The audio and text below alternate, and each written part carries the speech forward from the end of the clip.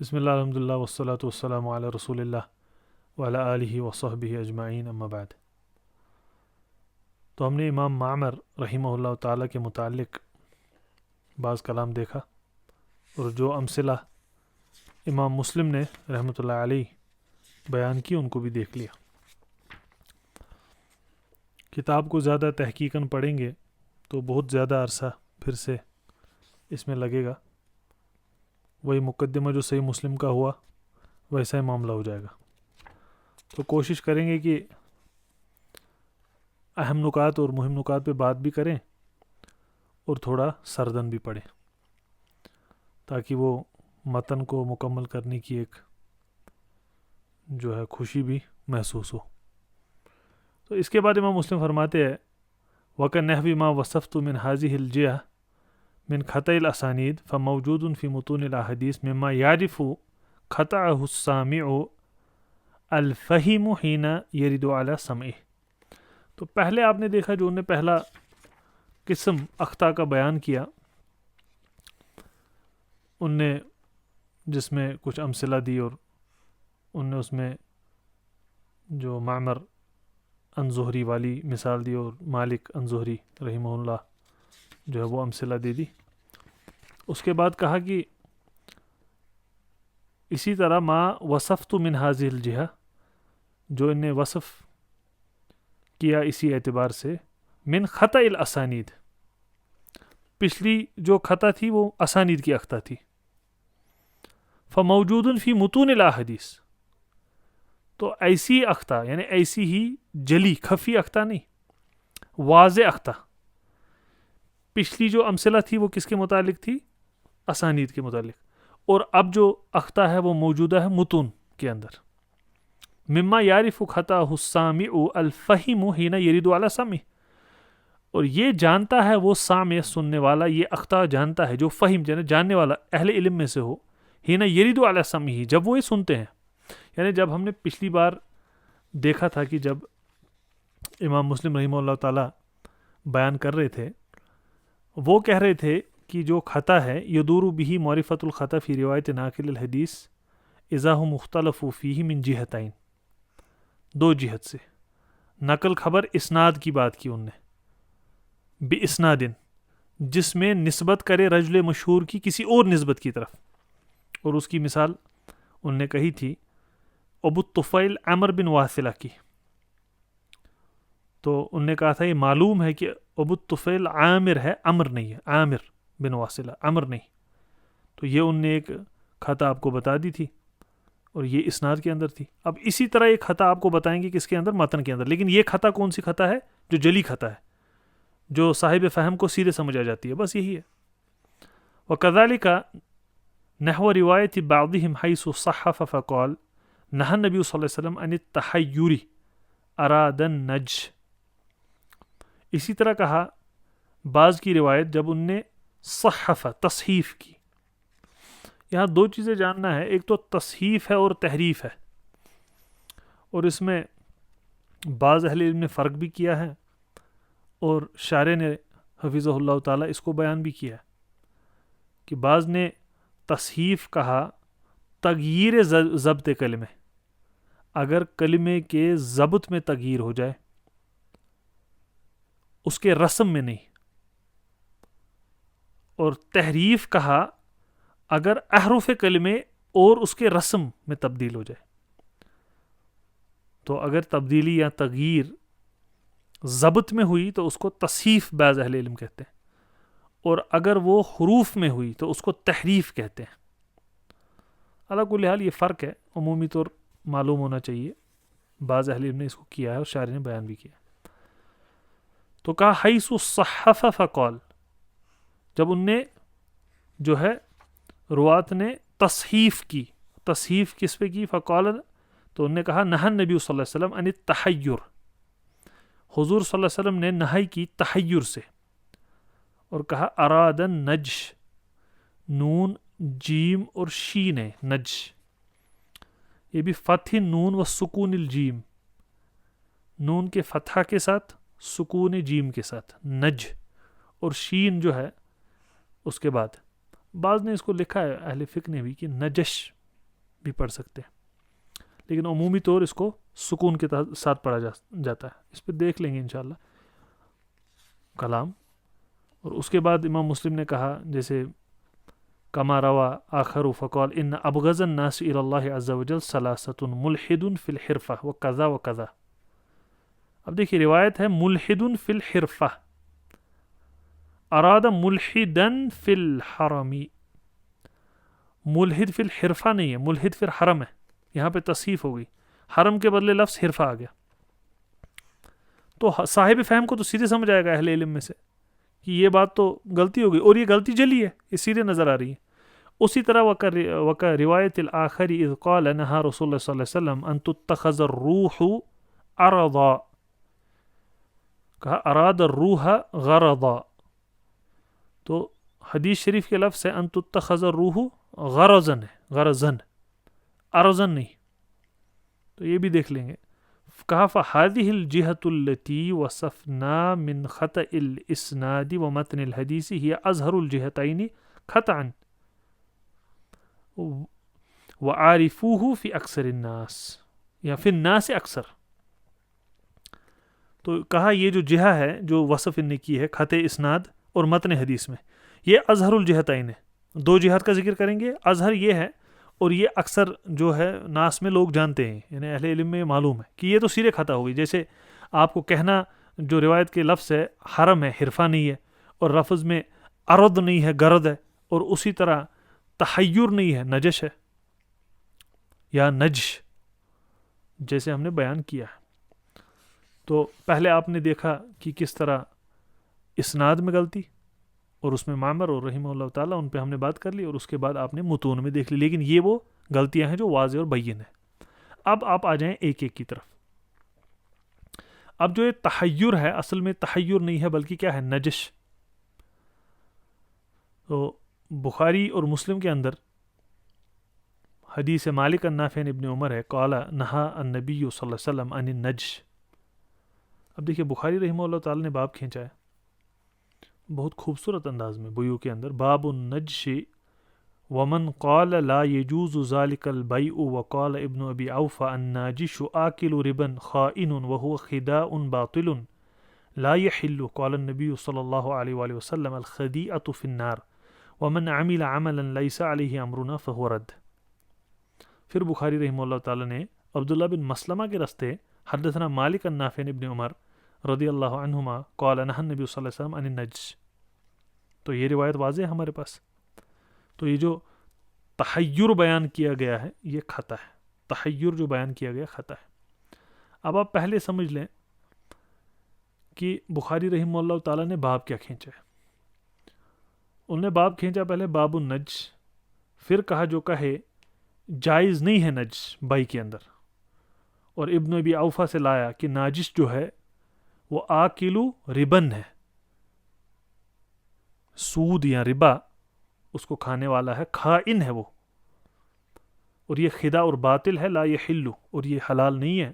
قال نبی صلی اللہ علیہ وسلم الخدیعۃ فی النار، دھوخے بازی اس اعتبار سے خداع جو ہے جہنم میں. ومن، اور بہت خوبصورت اشارہ کیا، ومن عمل عملا لیس علیہ امرنا فہو رد، اور کہا کہ جو کوئی ایسی عمل کرے، حدیث عائشہ رضی اللہ تعالی عنہ کے الفاظ ہیں کہ کوئی اگر ایسی عمل کرے لیس علیہ امرنا فہو رد، جو موافق شریعت کے نہیں ہے، ان امر کے مطابق نہیں ہے، وہ مردود ہے. تو اس پہ ایک بہت خاص فقہی اشارہ ہے، انشاءاللہ اس کو ہم دیکھ لیں گے. اس سے پہلے آپ دیکھ لیں کہ امام ترمذی نے رحمہ اللہ تعالیٰ بھی اس کو بیان کیا ہے اور لایا ہے. باب ما جاء فی کراہیت النجش فی البیوع. حدثنا قتیبہ و احمد بن منی قال حدثنا سفیان عن الزہری عن سعید بن المسیب عن ابی ہریرہ قال قال رسول اللہ صلی اللہ علیہ وسلم وقال قتیبہ یبلغ به النبی صلی اللہ علیہ وسلم قال لا تناجشوا، لا تناجشوا، یہ لفظ لائے یہاں پہ جو میں آپ کے سامنے پیش کر رہا ہوں، یہ بھی کتاب البیوع سے. کہا وہ فی الباب عن ابن عمر وانس قال ابو عیسیٰ حدیث ابی ہریرہ حدیث حسن صحیح والعمل على هذا عند اہل العلم کرہ النجش. قال ابو عیسیٰ النجش ان یأتی الرجل الذي يفصل السلعة الى صاحب السلعة الی آخر کلامی. اب دیکھیے ترمذی رحمہ اللہ تعالیٰ نے لفظ لائے لا تناجشو، اور اس کے بعد کہا عمل علی ھذا عند اہل العلم، اور کیا کہا کریہ النجش. نجش ہوتا کیا ہے؟ ایک ہوتا ہے بولی لگانا، شرعاً جائز ہے. اس کے ساتھ کہ آپ بولی لگا رہے ہیں، ارادہ آپ کا ہے خرید کا، اور احادیث اس میں ملتی ہے. مثلا کوئی چیز بک رہی ہے، آپ کہہ رہے ہیں کہ اس کا 1000 میں دوں گا، دوسرا کہے میں 1100 دوں گا، لیکن قصد دونوں کا ہے خریدنے کا، یہ جائز ہے. نجش میں ہوتا کیا ہے؟ اب دیکھیں میں جامع ترمذی کی طرف ہمیشہ کیوں اشارہ کرتا ہوں. امام ترمذی رحمہ اللہ تعالیٰ نے اس کو بیان بھی کیا ہے، کہا وَالنَّجْسُ أَن يَأْتِيَ الرَّجُلُ الَّذِي يَفْصِلُ السِّلْعَةَ إِلَى صَاحِبِ السِّلْعَةِ فَيَسْتَامُ بِأَكْثَرِ مِمَّا تَسْوَى وَذَلِكَ عِندَمَا يَحْضُرُهُ الْمُشْتَرِي يُرِيدُ أَن يَغْتَرَّ الْمُشْتَرِي بِهِ. سنیے گئے، کہا اس کا ارادہ ہوتا ہے اصل میں قیمت بڑھانا، یہ کہنا میں زیادہ قیمت دوں گا، ارادہ اس کا کیا ہوتا ہے یرید ان یغتر المشتری به وليس من رأیه الشراء. وہ اسے خریدنا نہیں چاہتا، وہ اصل میں جو خریدنے والا ہے اس کو دھوکہ دینا چاہتا ہے. انما یرید ان یخدع المشتری بما یستام، وہ اصل میں اس کو دھوکہ دینا چاہتا ہے تاکہ وہ کیا کرے، ہاں وہ بڑھائے. وہذا ضرب من الخدیعہ، اور یہ تو بڑا دھوکہ ہے کہ نہیں. اور وہی کہا پھر کہ شافعی رحمہ اللہ تعالیٰ سے قول لایا وَإِن نَجَشَ رَجُلٌ فَالنَّاجِسُ آسِمٌ فِيمَا يَصْنَعُ وَالْبَيْعُ جَائِزٌ لِأَنَّ الْبَائِعَ غَيْرُ النَّاجِشِ. اب یہ فقہی اشارہ بہت خوبصورت ہے. اب آپ دو چیزیں دیکھ لیں، ایک تو بخاری کا اشارہ رحمہ اللہ تعالیٰ جب انہوں نے باب کھینچا اور بات کہی وَمَنْ قَالَ لَا يَجُوزُ ذَلِكَ الْبَيْعُ، اور جب امام ترمذی نے شافعی رحمہ اللہ تعالیٰ سے نقل کیا. اب دیکھیے ایک تو یہ کرنا تو جائز ہے نہیں، ایک چیز تو واضح ہو گئی کہ نجش جائز نہیں ہے، اور حضور صلی اللہ علیہ وسلم نے اسے نہیں فرمائی ہے. لیکن کیا بائی منعقد ہوئی کہ نہیں، اور ایسا ہوتا ہے ہوا کہ نہیں؟ اکثر اہل علم کے نزدیک بائی ہو جائے گی، بائی منعقد ہو گئی، کیونکہ یہاں جو نہی ہے وہ ناجش کی طرف لوٹ رہی ہے، خریدنے والے کی طرف نہیں. یہ بات بتائیے. اور یہ مفتہ بھی قول ہے اکثر اہل علم کے نزدیک. اس میں پھر تفصیلات، ایک تو روایت امام مالک سے رحمہ اللہ تعالیٰ اور امام احمد سے رحمۃ اللہ علیہ ایک روایت، باقی ان سے روایات امام احمد سے اور امام شافعی سے اور باقی اہل علم امام ابو حنیفہ رحمہ اللہ تعالیٰ سے. اور میں نے آپ کو کہا اکثر کے نزدیک پھر متاخرین میں مفتہ بھی یہی ہے کہ بائی ہو جاتی ہے، لیکن یہی آپ یاد رکھیں کہ یہ جائز نہیں ہے، اور اکثر کے نزدیک بائی ہو جاتی ہے. اس پہ حافظ ابن رجب رحمہ اللہ تعالیٰ نے بھی لکھا ہے، اور اصل میں وہاں پہ لکھا ہے جو حدیث مبارک بخاری رحمہ اللہ تعالیٰ نے پیش کی کہ فہو رد، کہ بخاری رحمہ اللہ تعالیٰ کا اشارہ ہے، اس کو دیکھ لیں آپ، اس پہ دیکھیں بہت مزیدار مباحث ہے. اور حافظ ابن رجب نے بھی کہا ہے کہ وَاخْتَلَفُوا فِي الْبَيْعِ فَمِنْهُمْ مَنْ قَالَ إِنَّهُ فَاسِدٌ. اور میں نے آپ کو کہا یہ روایت جو ہے ان امام احمد بھی ہے ایک. وَمِنْهُمْ مَنْ قَالَ إِنْ كَانَ النَّاجِشُ هُوَ الْبَائِعُ. اب ناجشی اگر بائی ہو پھر معاملہ الگ کرتے ہیں، لیکن عموم جو ہے میں نے آپ کو بات بتا دی. تو یہ نجس کا مسئلہ ہو گیا. اس پہ آپ نے اہل علم کے مذاہب دیکھ لیے، لفظ کا معنی دیکھ لیا، اس کا ارتباط دیکھ لیا. اور یہاں پہ اصل میں ہمارا غرض یہ تو تھا نہیں، اس لیے شارح نے کوئی فقہی بات اس پہ نہیں کی، میں نے بس یوں ہی کر دی، کرنی نہیں تھی اصل میں. اب یہ آپ ویسے بھی دیکھیں، یہ آپ دیکھ لیں گے کتاب البیوع کے اندر، خیار کے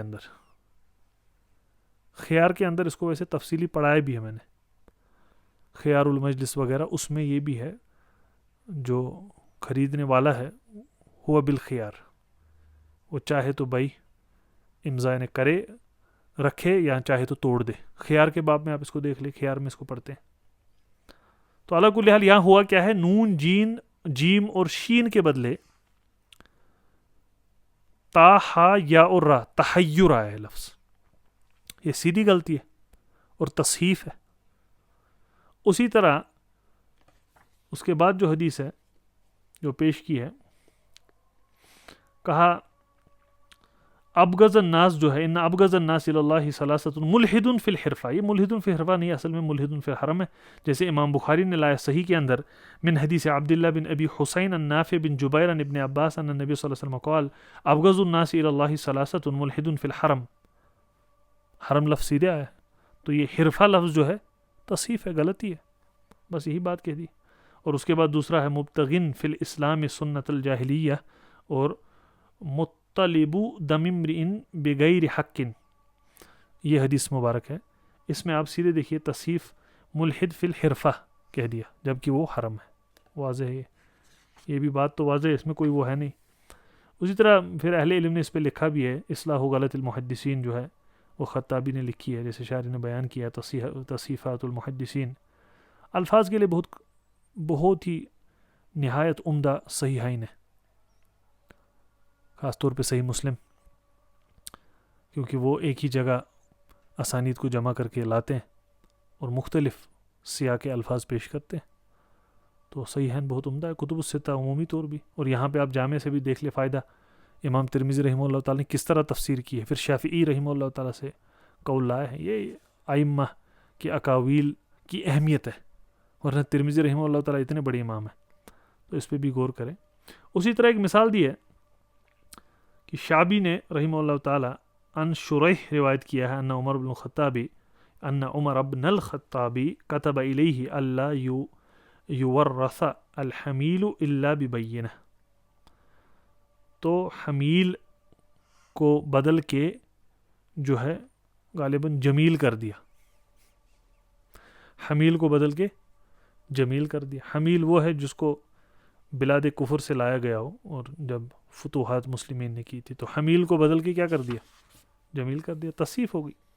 بعض اور تصحیفات جو ہے بیان کی ہے، تو یہاں پہ پہلے ان نے مثال دیا آپ کو کس کی، اسانید کی، جہاں آپ عمر اور عامر والی مثال یاد رکھیں، اور اس کے بعد وہ ولد مغیرہ بن شعبہ رضی اللہ عنہ والی مالک سے، اور اس کے بعد آپ کو حرفہ نجس کے بدلے تحیر، اس میں کچھ نسخ میں دوسرے الفاظ بھی آئے ہیں، تو لیکن آپ کو پتہ ہے نجس لفظ ہے، اور اسی طرح حرفہ، اور اسی طرح ملحد، اور وہ روح کو جو ہے اردن ان یتخذ الروح اردن، تو یہ اردن تو ہے نہیں، میں آپ کو بتا چکا ہوں، یہ اصل میں گردن ہے، گرد، یہ جس کو ہم کہتے ہیں نشانہ لگانا، تو آپ کسی زندہ چیز کو پکڑ کے نشانہ نہ لگائیں، آپ کو اگر نشانہ سیکھنا ہے تو کوئی چیز رکھ دیں جس میں روح نہیں ہے،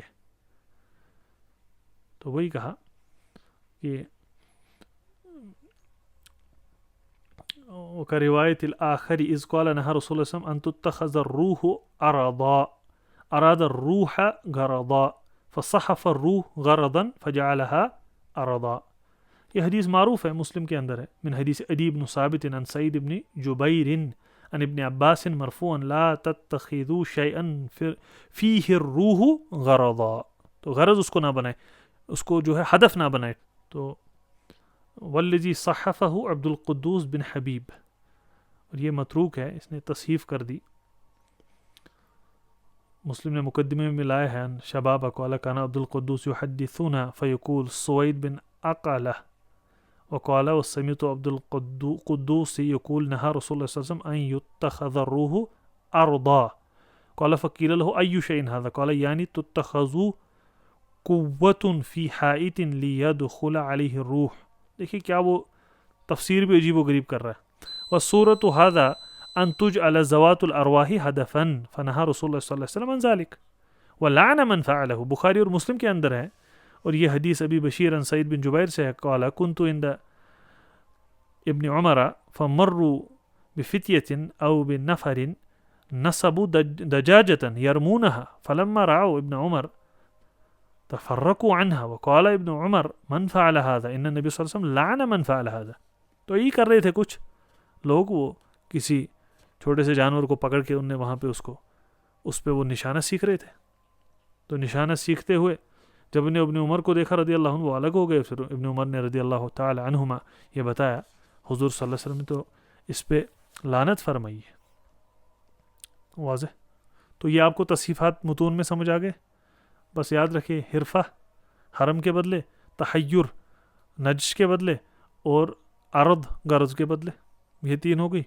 پچھلی وہ اسانید میں تھی اختہ، اور یہ واضح اختہ ہے، اور یہ ان روات سے بعض احیان ہوتی ہے جن کی عبرت نہیں ہے، لیکن بعض احیان آپ نے دیکھا جیسے معمر رحمہ اللہ تعالیٰ جیسے امام سے بھی ایسا ہو جاتا ہے، اور ہمارا غرض بھی اس کتاب میں اصل میں وہی ہے.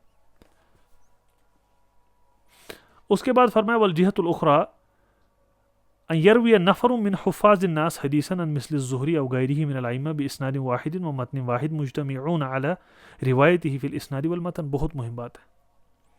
دوسری جہت یہ ہے کہ ایک نفر جو ہے حفاظ میں سے بہت سارے حفاظ حدیث روایت کرتے ہیں مثلا زہری سے، ایک ہی اسناد سے، ایک ہی متن سے، اور مجتمعون ہے علی روایتہ فی الاسناد والمتن، اسناد اور متن میں بالکل ایک جیسی روایت کر رہے ہیں. لا یختلفون فیہ فی معنی، اور اختلاف بھی معنی میں نہیں ہے. فیرویہ آخر سواہم، اب دوسرا روایت کر رہا ہے امن حدث عنہ النفر الذین وصفناہم بعینہ، انہی سے روایت کر رہا ہے، مثلا زہری سے ہی روایت کر رہا ہے. اس پہ میں نے مقدمے میں بات کی، زہری سے ہی روایت کر رہا ہے یہ شخص بعینہ، فیخالفہم فی الاسناد، اب وہ ان سب کی مخالفت اسناد میں کر رہا ہے. او یقلب المتن فیجعلہ بخلاف ما حکا من وصفنا من الحفاظ، یہاں کیا کر رہا ہے، متن کو الٹا کر رہا ہے اور اس کے مخالف روایت کر رہا ہے جو حفاظ نے روایت کی. فیعلم حینئذ ان الصحیح من الروایتین، اس وقت یہ جانا گیا کہ جو صحیح ہے روایتین میں سے وہ کیا ہے، ما حدث الجماعت من الحفاظ دون الواحد المنفرد، جو جماعت نے روایت کیا دون الواحد المنفرد، جو منفرد نے کیا اس کی نے. وَإِن كَانَ حَافِظًا، وہاں پہ میں نے تنبیہ بھی کیا چاہے وہ حافظ بھی ہو. عَلَى هَذَا الْمَذْهَبْ رَأَيْنَا أَهْلَ الْعِلْمِ بِالْحَدِيثِ يَحْكُمُونَ فِي الْحَدِيثِ، اسی مذہب پہ ہم نے اہل علم دیکھے حدیث پہ حکم لگاتے ہوئے، مثل شعبہ و سفیان ابن عیینہ و یحییٰ بن سعید و عبد الرحمن بن مہدی وغیرہم من ائمۃ اہل العلم. جیسے یہ بڑے ائمہ ہیں شعبہ بن حجاج، سفیان بن عیینہ، یحییٰ بن سعید القطان، عبد الرحمن بن مہدی، ان سب کا یہی مذہب ہے کہ اگر واحد منفرد مخالفت حفاظ کی ایک طرف سے کرتا ہے تو معاملہ کیا ہے، حق جو ہے فیصلہ انہی کے حق میں دیا جاتا ہے جو جماع روایت کر رہی ہے اس امام سے بنسبت وہ ایک شخص چاہے وہ حافظ بھی ہو. اس پہ پہلے پچھلی جو ہے مقدمے کے دروس میں بات بھی گزر چکی ہے، یہاں اس پہ انشاءاللہ آگے ہلکا اشارہ دیکھ لیں گے. تو ابھی تک کا جو معاملہ ہے متن کا واضح ہو گیا. پہلے ہم نے شروعات دیکھی، پھر غیبت کا مسئلہ دیکھا، پھر دیکھا کہ جو ہے امام مسلم نے یہ لکھا کیوں، اس کے بعد امام مسلم رحمہ اللہ تعالیٰ نے شروعات کیسے کی، اور انہوں نے پھر متن اور جو ہے آپ کو سند کے اندر بعض امثلہ بتائی، اور اس میں آپ نے دیکھا کہ حفاظ سے بھی کیسے خطا ہو رہی ہے، اور آگے آپ وہ بھی دیکھیں گے انشاءاللہ. تو اصل میں علم علل کو سمجھنے کے لیے یہ بنیادی مقاصد بہت مہم ہے. اللہ تعالیٰ ہمیں مزید سمجھنے کی توفیق عطا فرمائے. وآخر دعوانا الحمدللہ رب العالمین.